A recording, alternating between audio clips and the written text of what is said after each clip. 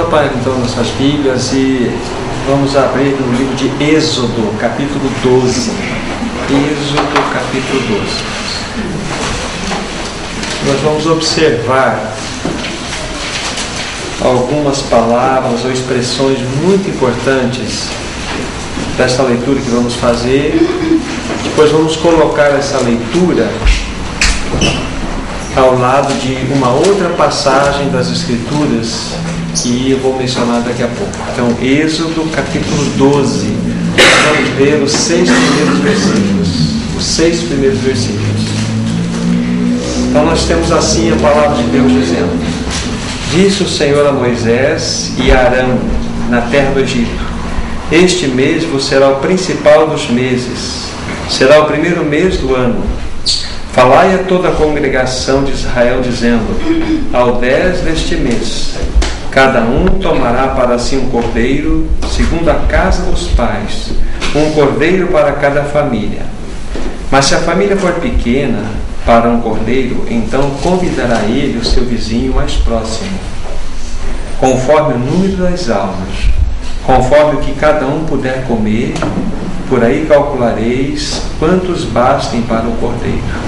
O cordeiro será sem defeito, macho de 1 ano, e podereis tomar um cordeiro ou um cabrito, e o guardareis até o 14º dia deste mês. E todo ajuntamento da congregação de Israel o imolará no crepúsculo da tarde. Até aqui, irmãos.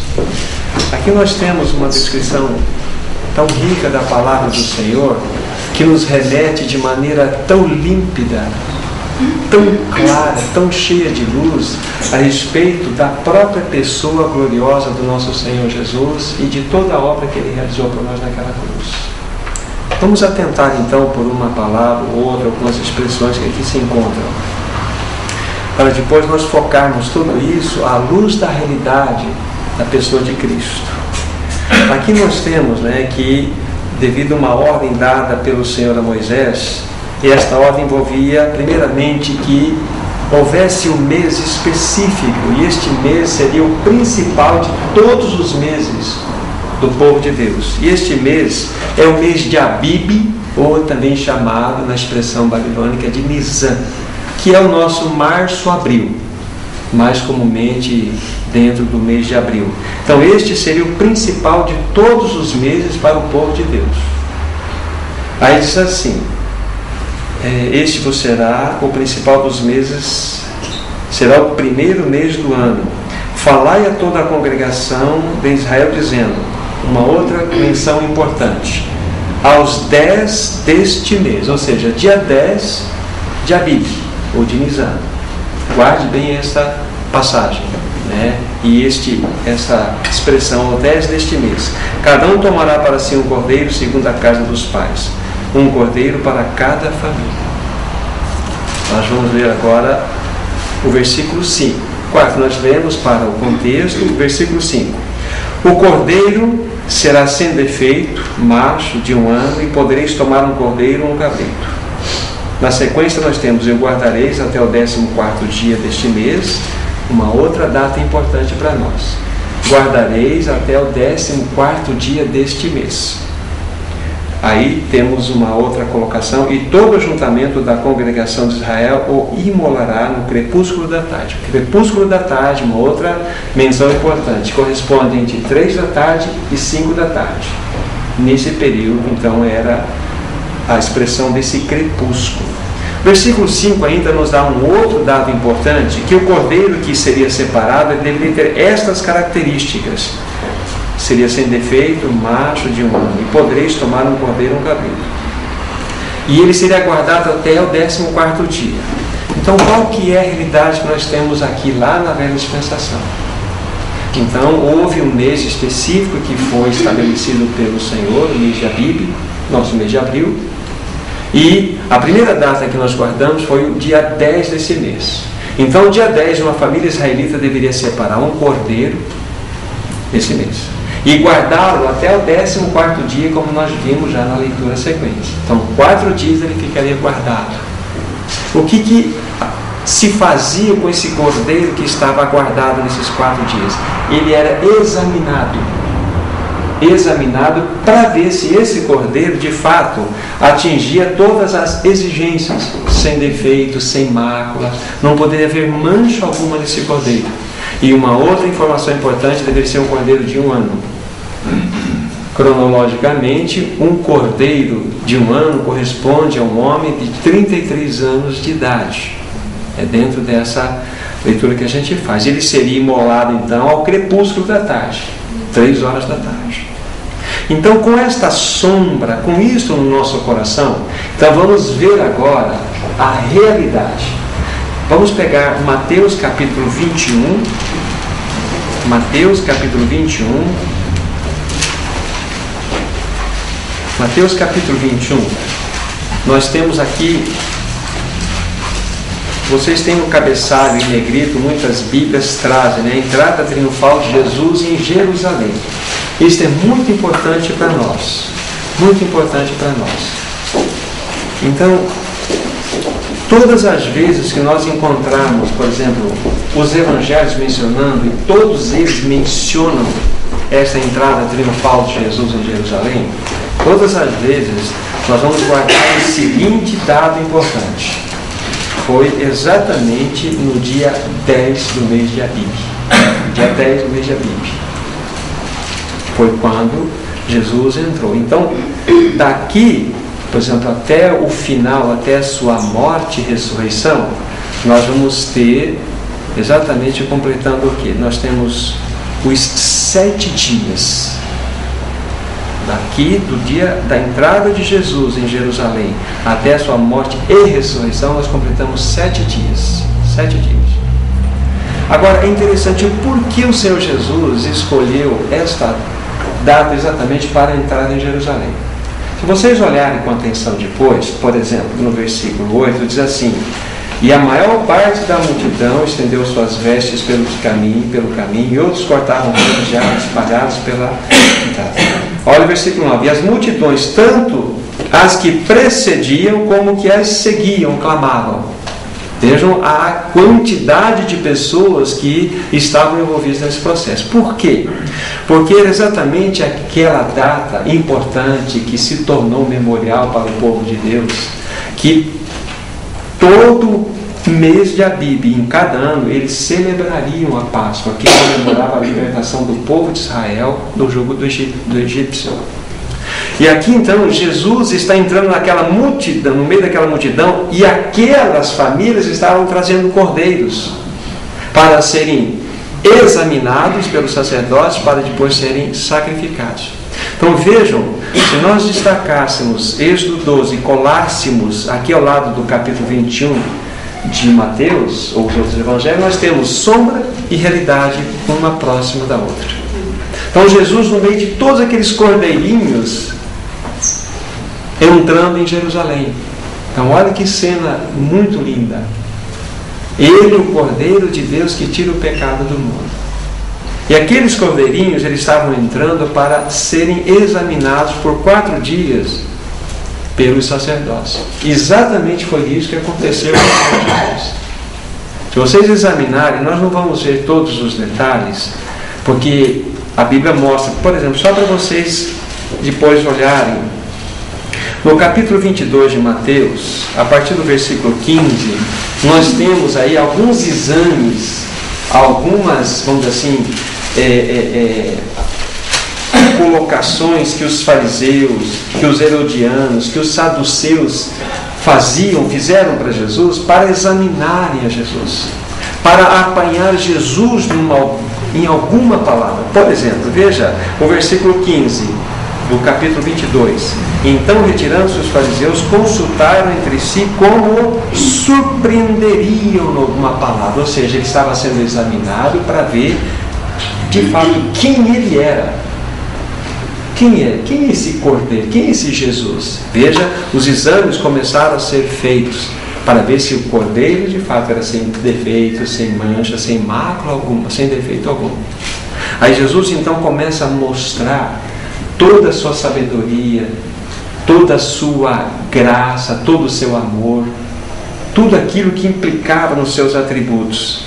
Veja o versículo 33, depois de Jesus trabalhar sobre a questão do tributo, sobre a questão da ressurreição.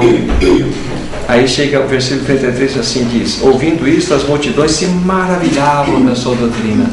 Ou seja, veja a aprovação que estava sendo dada pelos exames que estavam sendo feitos. Ele estava sendo examinado. Aí nós avançamos, por exemplo, na paginação aqui da Bíblia, e chegamos já dentro de um contexto que o Senhor Jesus já havia passado pelo jardim de Getsêmani, ele já havia sido preso, ele, enfim, depois de ter sido preso, esperado por um tempo, ele vai ser levado para um lugar chamado Sinédrio, que era o lugar mais elevado, o tribunal mais elevado do povo judeu.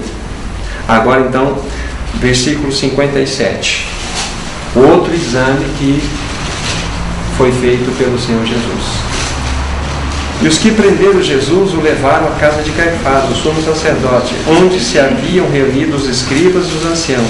Mas Pedro seguia de longe até o pátio do sumo sacerdote, e tendo entrado, assentou-se entre os serventuários para ver o fim. Ora, os principais sacerdotes de todo o Sinédrio procuravam algum testemunho falso contra Jesus, a fim de o condenarem à morte. Olha o versículo 60. E não acharam, apesar de se terem apresentado muitas testemunhas falsas. Olha só, até aqui, porque depois ele vai continuar. Então nós estamos novamente diante de um quadro, diante de um cenário, agora Jesus diante do Sinédrio, perante então esse sumo sacerdote, Caifás, e eles estavam buscando até com acusações falsas, alguma coisa que pudesse incriminar Jesus, mas não podiam achar. Ou seja, eles estavam anunciando com os próprios lábios, e a Bíblia deixando registrado aqui, não achavam coisa alguma de errado nele. E vamos ver mais um cenário apenas, agora dentro daquele que era o maior mandatário vamos dizer assim, daquela região, né? Aquele que representava o grande César diante de Pilatos. Então vamos pegar João, capítulo 19. Então Jesus agora ele está diante da autoridade máxima de todo o Império Romano no que concerne aquela região ali, né?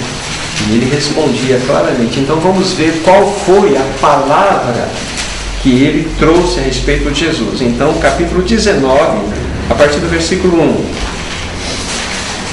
Então, por isso, Pilatos tomou a Jesus e mandou açoitá-lo. Os soldados, tendo tecido uma coroa de espinhos, puseram-lhe na cabeça e vestiram-no com um manto de púrpura. Chegaram-se a ele e diziam: Salve, Rei dos Judeus! E davam-lhe bofetadas. Outra vez saiu Pilatos e lhes disse: Eis que eu vou apresento, para que saibais que eu não acho nele crime algum.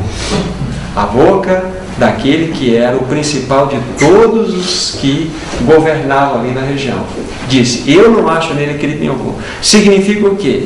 Que ele estava testificando: este é o Cordeiro de Deus perfeito, esse é o Cordeiro de Deus puro, perfeito, ele é o Cordeiro de Deus que tira o pecado do mundo.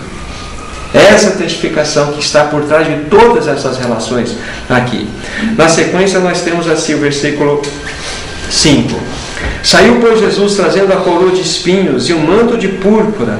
Disse-lhes Pilatos: Eis o homem. Ao verem-no, os principais sacerdotes e os seus guardas gritaram: Crucifica-o, crucifica-o. Disse-lhes Pilatos: Tomai-o vós, outros, e crucificai-o, porque eu não acho nele crime algum. Olha o exame dele aqui. Ele estava sendo examinado. E o Pilatos estava dizendo com a boca dele: eu não acho crime nele algum. Ele é perfeito, ele é puro, ele não tem mancha, não tem nada que possa estabelecer coerentemente uma acusação contra o Senhor. Não, vejam só o quadro que nós estamos vivenciando aqui. O Senhor Jesus, quando então ele entrou em Jerusalém naquele desfile triunfal, ele estava, vamos dizer assim, entrando para ser examinado como aqueles cordeirinhos estavam sendo examinados diante dos sacerdotes. É interessante que Jesus pediu que fosse dado aquele animalzinho de cria, né? Que tinha cria, um jumentinho, para que ele pudesse entrar em Jerusalém. Os grandes generais, conquistadores romanos, quando eles conquistavam os povos, eles deixavam um rastro de sangue, de destruição, de ruína, de destruição familiar, e vinham cheios de glória devido a essa conquista marcada pelo sangue. O nosso Senhor foi diferente. Ele entrou para ser examinado sendo o Cordeiro de Deus, o perfeito Cordeiro de Deus. E ele, sim, deixou muito sangue, mas o próprio sangue dele, em virtude dos nossos pecados, em virtude da nossa rebelião, em virtude da nossa maldade. Então esse é o Cordeiro de Deus que tira o pecado do mundo. Mas só para a gente fechar esse pensamento, em Lucas 23, nós temos um outro mandatário que é Herodes. Lucas 23, do versículo 13 em diante, nós sabemos que aqui está registrado que Pilatos envia Jesus para Herodes. E vamos ver agora em diante o que a palavra tem a nos dizer. Então, 23 de Lucas, 13 em diante. Então, reunindo Pilatos, os principais sacerdotes, as autoridades do povo, disse-lhes: apresentaste-me este homem como agitador do povo, mas tendo eu interrogado na vossa presença, nada verifiquei contra ele dos crimes que o acusais, nem tampouco Herodes, pois novo tornou a enviar. Pois é claro que nada há contra ele que se verificou digno de morte. Então vejam só a testificação também de Herodes, e aqui nesta fala. Ou seja, Jesus é o Cordeiro de Deus, perfeito, puro, sem mácula. Ele é absolutamente perfeito. Então nós estamos diante de um cenário, irmãos e irmãs, sabe, que toca o nosso coração. Toca o nosso coração. Porque o Senhor Jesus é aquele que nunca pecou e nem dolo algum achou-se em sua boca. Nada, nada. E é Ele que se propôs, vamos dizer assim, olha só, peguemos aqui por favor, só para mais duas passagens pelo menos. Hebreus capítulo 7 nos mostra no versículo 26, né? Olha só, como diz assim a Bíblia: com efeito nos convia que um sumo sacerdote como este, santo e inculpável, sem mácula, separado dos pecadores e feito mais alto do que os céus. Esse é o nosso sumo sacerdote. Veja só as características: santo, inculpável, sem mácula, separado dos pecadores. Então o Senhor Jesus Cristo, Ele também é aquele que adentrou no Santíssimo Lugar como o sumo sacerdote perfeito.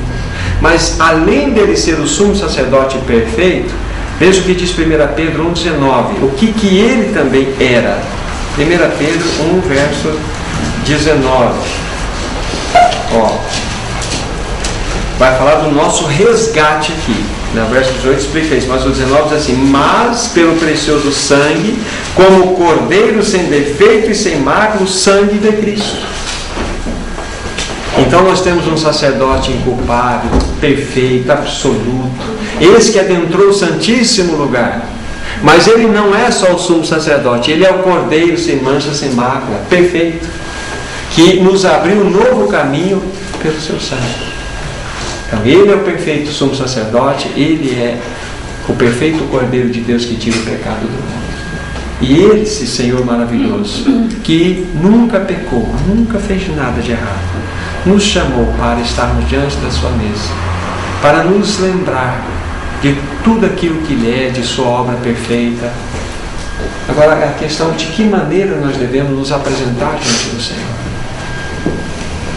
Esse momento do partir do pão, nós temos insistido, e outros irmãos também, não é um momento comum, não é um momento ritual, não é uma liturgia, mas é algo que nos remete para uma realidade espiritual, para algo realmente que tem um significado no coração do Senhor.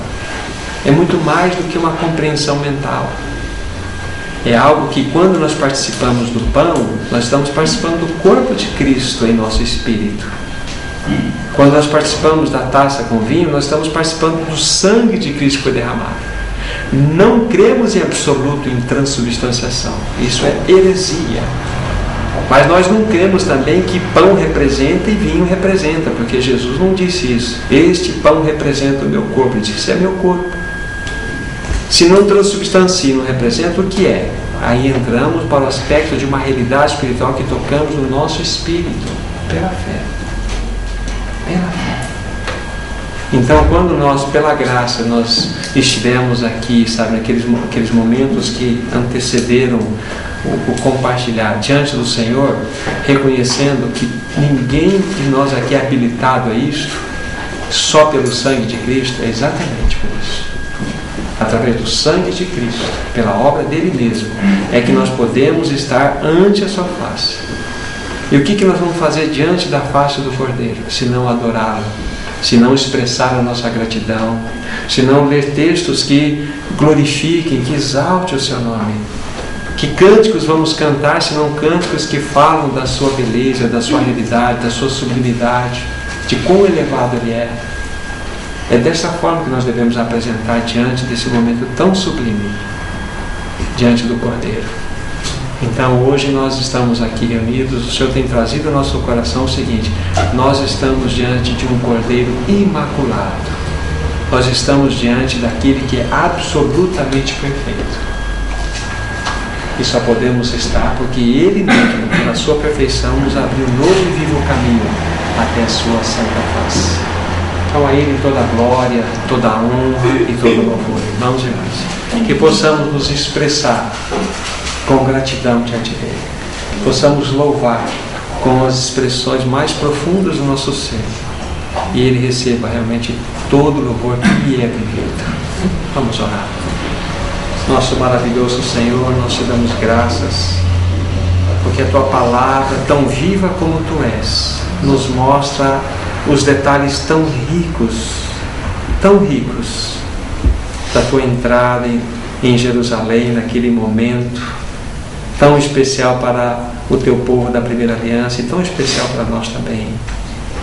Os exames que foram feitos diante de Ti, nada foi achado. Ou seja, todos foram levados a confessar, a declarar, a proclamar que Tu és perfeito, que em Ti não havia mácula, em Ti não havia crime algum. Pelo contrário, o crime, a mácula nos pertence. Todo pecado, toda sujidade, ela é nossa, porque assim nós somos. Mas em Ti, Senhor, nada há de errado.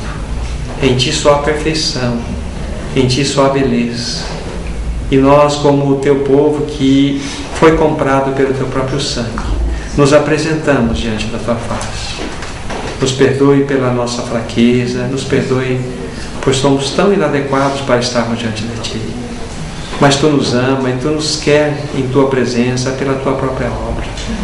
E nesta manhã nós aqui viemos para expressar a gratidão que há no nosso coração, de tudo aquilo que Tu és, daquilo que tudo Tu fizeste. Bendito seja o Teu nome, Senhor. Tu és o Cordeiro de Deus.